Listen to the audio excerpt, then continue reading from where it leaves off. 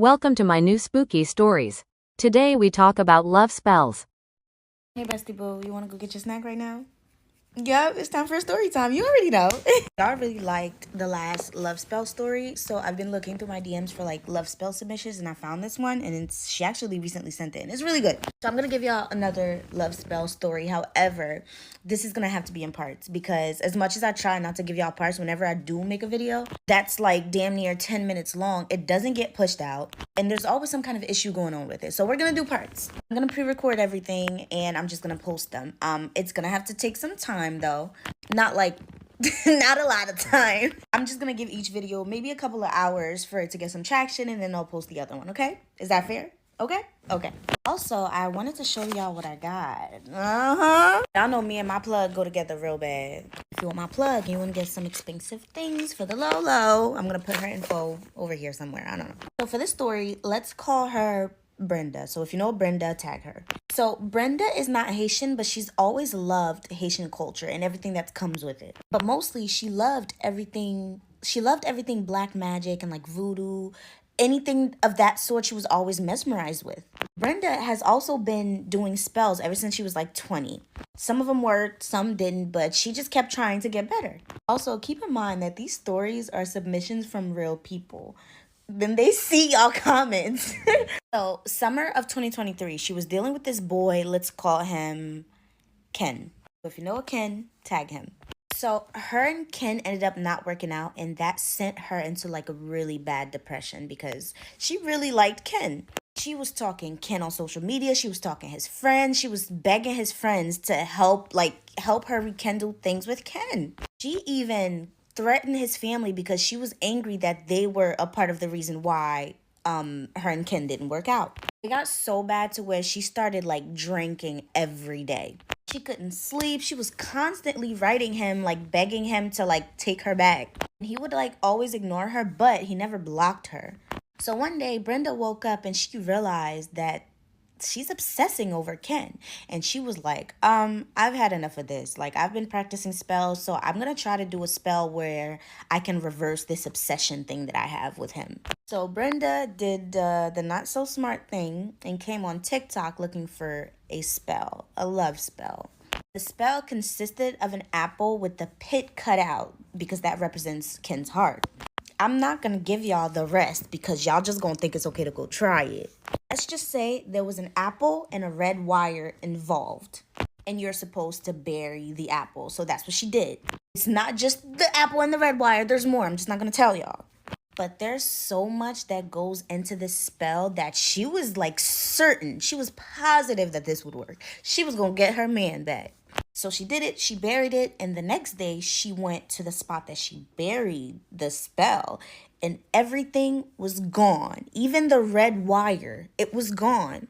She didn't understand, but she tried to gaslight herself into thinking maybe an animal ate it, maybe, she don't know, but she knows that it was gone. As much as she tried to gaslight herself, she knew that in a way that was not a good sign. Because an animal could probably eat the apple and everything else that was with it, but the red wire too? Nah. Anyways, she's patiently waiting, and about 2 weeks later, she's not seeing any results, so now she's upset.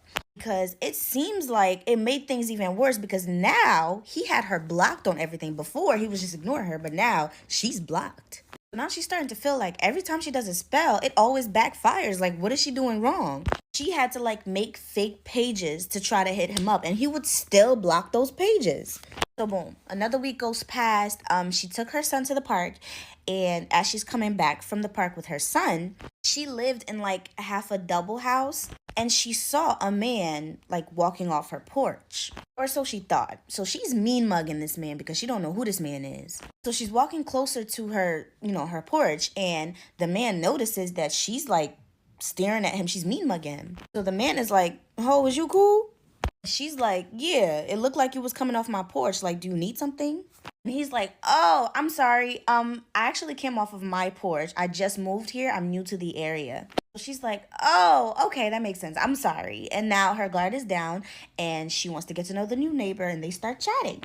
And as they're talking, she notices that he has an accent.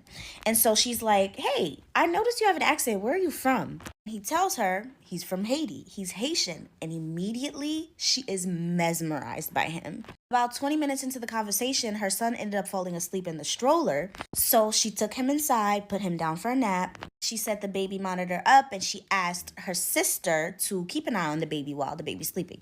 She went over next door to his apartment and noticed that he didn't have anything in the apartment because he just moved in, you know? So she ended up giving him a futon that she didn't need, a TV, and like some snacks and food and stuff. And as they're talking even more, this girl, Brenda, is mesmerized by him to the point where she says, this is her in the text, she said she felt a pulse in her hoo-ha.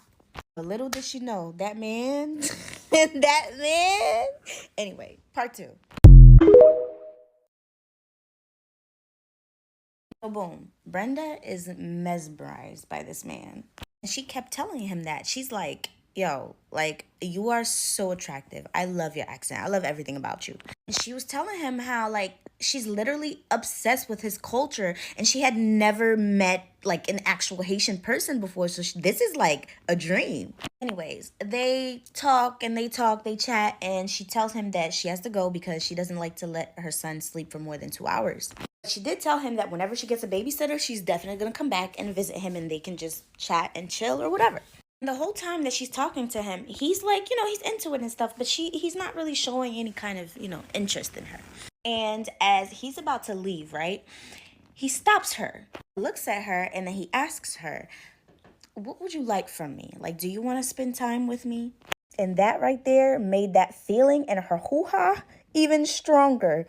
And she looked him dead in the eyes and said, yes, I want to spend time with you, yes. And right after that moment, what do y'all think he did? What y'all think he did? Yeah, he kissed her. And that's all he had to do because she was just waiting on it. Long story short, they ended up hunching. Yeah, y'all know. That same night, that same day, same night, they hunched. She couldn't resist. Come on, like, we're Haitians. Y'all know us Haitians are just irresistible. Now, before I continue with the story, I did want to show y'all my new toy. Once you find a plug that gives you what you want for the low, you don't stop. And she keeps taking my money. I mean, for good reasons. Look at this, y'all. Look at this. Hold on. Ooh, wee, baby. Look at that. Girl Nicole, she don't fuck around. I'm gonna put her info right here if you want the plug. Wink, wink. Anyways, back to the story. So, after they hunched that night, do you believe that Brenda woke up the next day and made him breakfast and brought it to him? And not only did she do that the next day, she did it for the next 3 days. My girl was hooked. Get you a Haitian. So the 3rd day that she ended up bringing him breakfast, she was honest with him and said that the father of her child, her son, is actually very much involved in his life. And she kept it a buck and said, if I want to be honest, I'm still in love with my baby father. And my baby father and I, we do hunch here and there.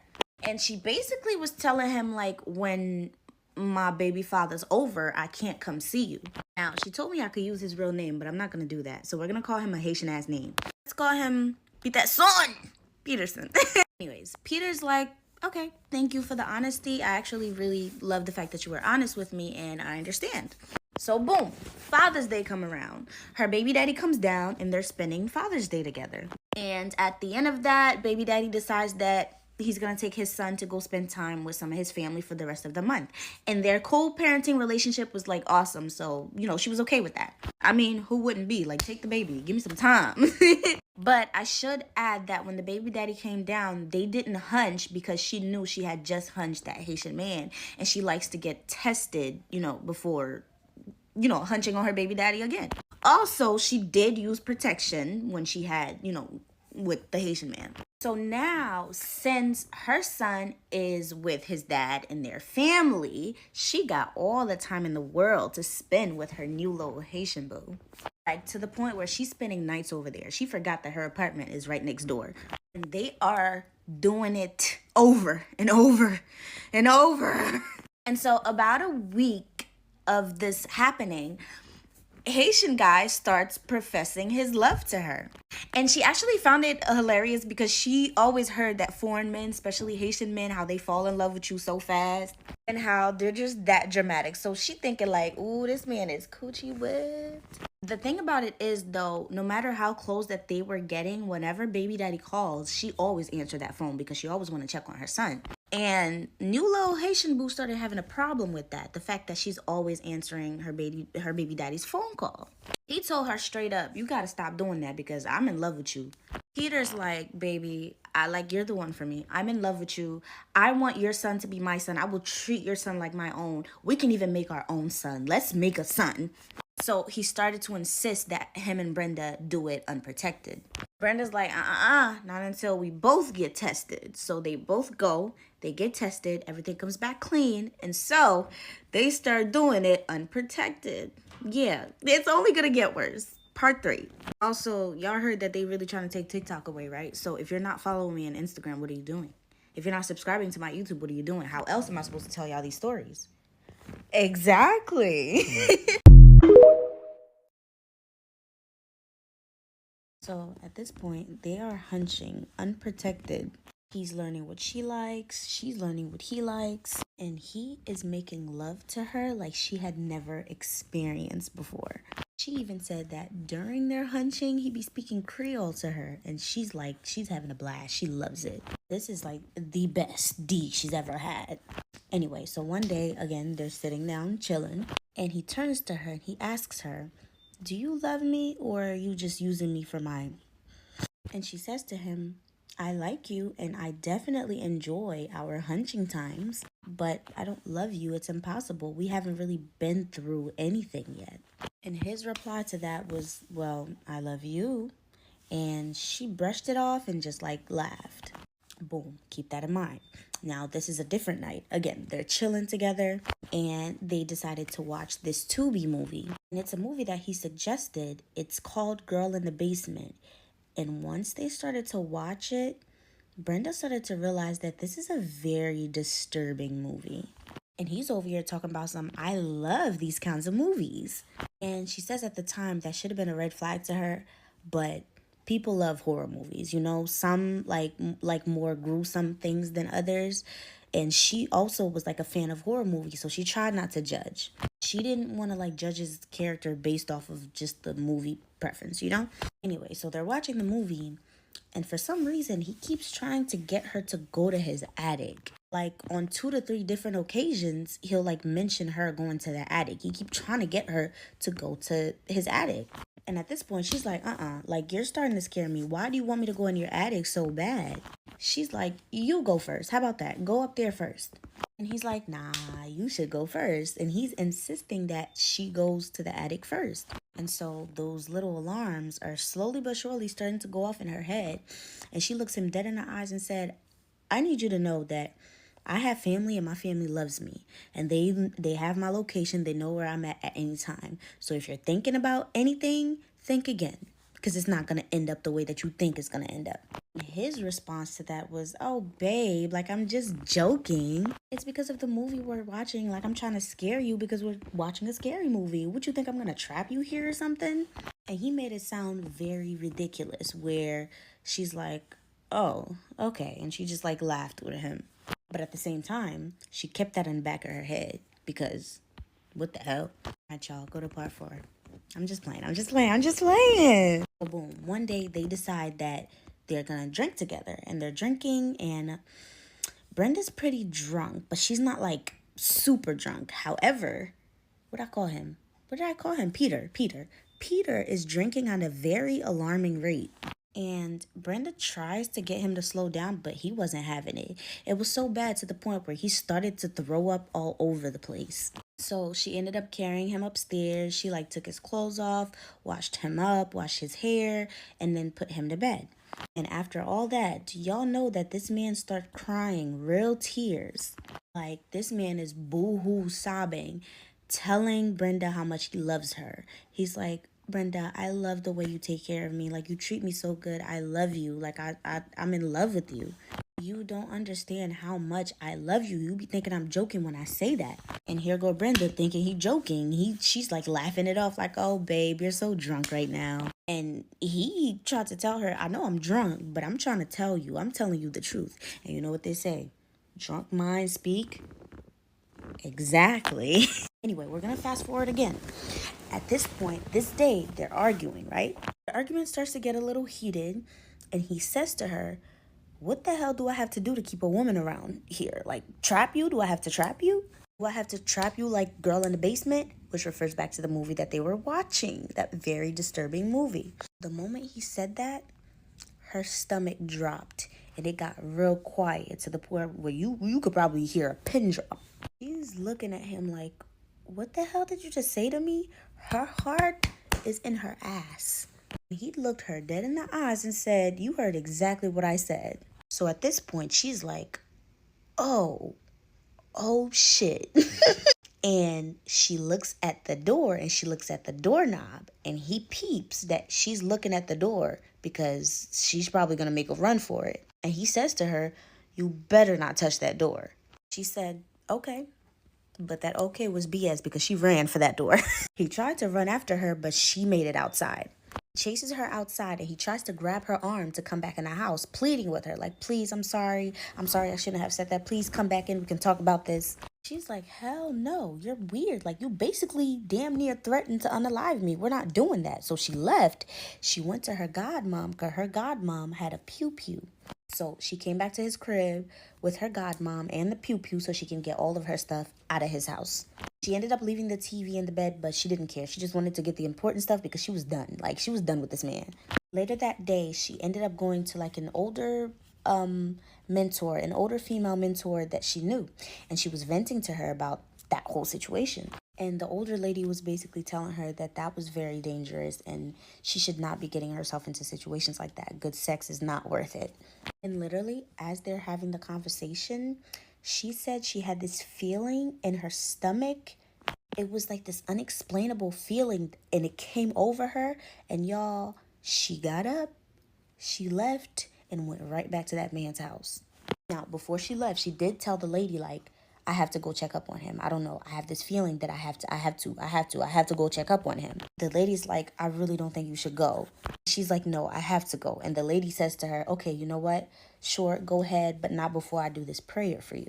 She was Muslim, so she did like a Muslim prayer for her. And do y'all know that Brenda went back to Peter's house and they hunched again, and she said this time it felt so powerful. And after that, now Brenda feels like she has feelings for Peter now. Out of nowhere, y'all. Now Brenda, the one that was feeding him, is like, whoa, I have feelings for him after all of that. But she's also not stupid, so she's like, damn, I think this man put a spell on me. So this goes on for a little minute, and Brenda ended up finding out that this whole time this man was married, y'all. And when she confronted him about it, he says, well, it's just business. The marriage is just business. So she's like, oh, if it's just business, let me speak to her. He agreed with her, but never did it. He said he would let her speak to his wife, but he never did. And as time is passing, every day, it's like he's less and less interested in Brenda now.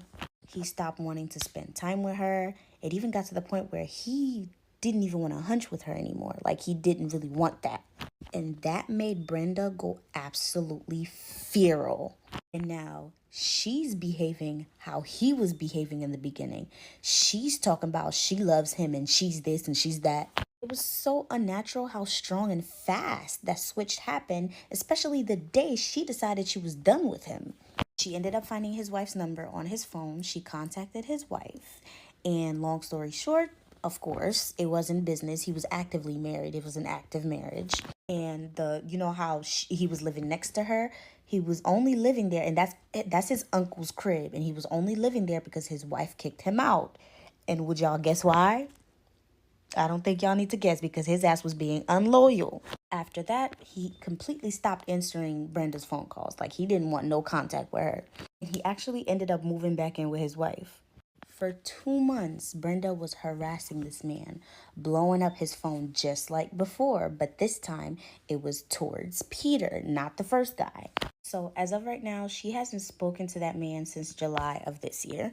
What she believed happened was when she did the love spell, the person that she intended the love spell to work on was heavily protected by their ancestors, and so the love spell went to somebody else. It changed its course and took the first person out of the equation as the intended target. The spell worked, it manifested love, but not from who she wanted it to. First guy she tried to do the love spell on, now she hasn't spoken to in a year. And it's crazy because each one of them that she doesn't speak to is by their choice. The love spell, of course, backfired. Like, we didn't know that was gonna happen. She says she definitely learned her lesson and she will never, ever, ever do another love spell. But she does want at least one of them to reach back out so she can be able to say, "Go suck your mother." Those are her words, not mine. Anyways, I know y'all see they really trying to get rid of this app. And I don't know why, because how else am I going to tell y'all stories? Wait, I know. My Instagram and my YouTube, so make sure you go follow it and subscribe. Okay? Okay? Okay, I love y'all.